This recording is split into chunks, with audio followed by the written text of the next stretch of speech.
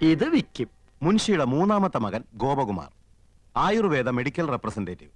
സരസൻ, വാചാലൻ. ഗോപകുമാറിന്റെ ഭാര്യ 4ാം ക്ലാസ് വരെ പഠിച്ച ഈ നാട്ടുമ്പുറത്തുകാരിക്ക് ഇംഗ്ലീഷ് ഭാഷ ഒരു ദൗർബല്യമാണ്. അർത്ഥമറിയാതെ സ്ഥാനത്തും അസ്ഥാനത്തും അത് പ്രയോഗിക്കും. ഡിസ്റ്റർബ് ചെയ്യരുത്. കമ്പനിയുടെ പുതിയ ആയുർവേദ ഉൽപ്പന്നമായ പാഷാണഭൂഷണ കസ്തൂരിയുടെ മാർക്കറ്റിംഗിനെ കുറിച്ച് ഞാൻ ഗഹനമായി പഠിച്ചുകൊണ്ടിരിക്കുകയാണ്. പാഷാണഭൂഷണോ? ആ, ചിലന്തി, തേൾ, പഴുതാര എന്നീ ജന്തുക്കൾ കടിച്ച് വിഷം ഉള്ളിൽ ചെന്നു എന്ന് സംശയിക്കുന്നുണ്ടോ? ഉണ്ടെങ്കിൽ 1 ഗ്ലാസ് ചൂടുവെള്ളത്തിൽ 1 ടേബിൾ സ്പൂൺ പാഷാണഭൂഷണ കസ്തൂരി കലക്കി കുടിക്കുക. ശുഭം. ഞാനിപ്പോ തിരക്കിലാണ്. തിരക്കിനിടയിൽ കത്ത് പോസ്റ്റ് ചെയ്യാൻ മറക്കണ്ട. കത്തോ? ആർക്കടി കത്ത്? എടി ആർക്കാന്ന്?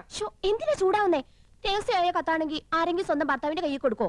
അപ്പൊ നീ രഹസ്യമായി കത്ത് എഴുതാറുണ്ടല്ലേ? എഴുതിയിരുന്നു, കല്യാണത്തിന് മുൻപ്. അത് ശരി. 2 പിള്ളേരുടെ തള്ളയായ ശേഷമാണോ നീ സത്യം എന്നോട് തുറന്നു പറയുന്നത്? നിന്നെ ഞാൻ ഡൈവേഴ്സ് ചെയ്യും. അയ്യോ, പ്രേമലേഖനൊന്നുമില്ല. പിന്നെ എങ്ങനെ സൗന്ദര്യം വർദ്ധിപ്പിക്കാന്നുള്ള വംതിയിലേക്കാ രഹസ്യം എഴുതിയിരുന്നത്. അതാണോ? ഇനി എന്നെ ഡ്രൈവേഴ്സ് ചെയ്യോ? അയ്യോ ഇല്ല ഇന്ദു, ഇന്ദു മതി, ഇംഗ്ലീഷും മതി. താങ്ക്സ്. ഈ കത്ത് വീട്ടിലേക്കാ. ഇക്കുറി വിഷുവിന് ഞാൻ വീട്ടിലേക്ക് ചെല്ലില്ലെന്ന് അറിയിക്കാനാ. വിഷുവിന് നീ വീട്ടിൽ പോകുന്നില്ലേ? ചെയ്ത് മോശമല്ലേ ഇന്ദു? ചേച്ചിമാരും പോണില്ല, അമ്മാവൻ ഒറ്റയ്ക്കാക്കിട്ട് പോണ്ടാന്ന്.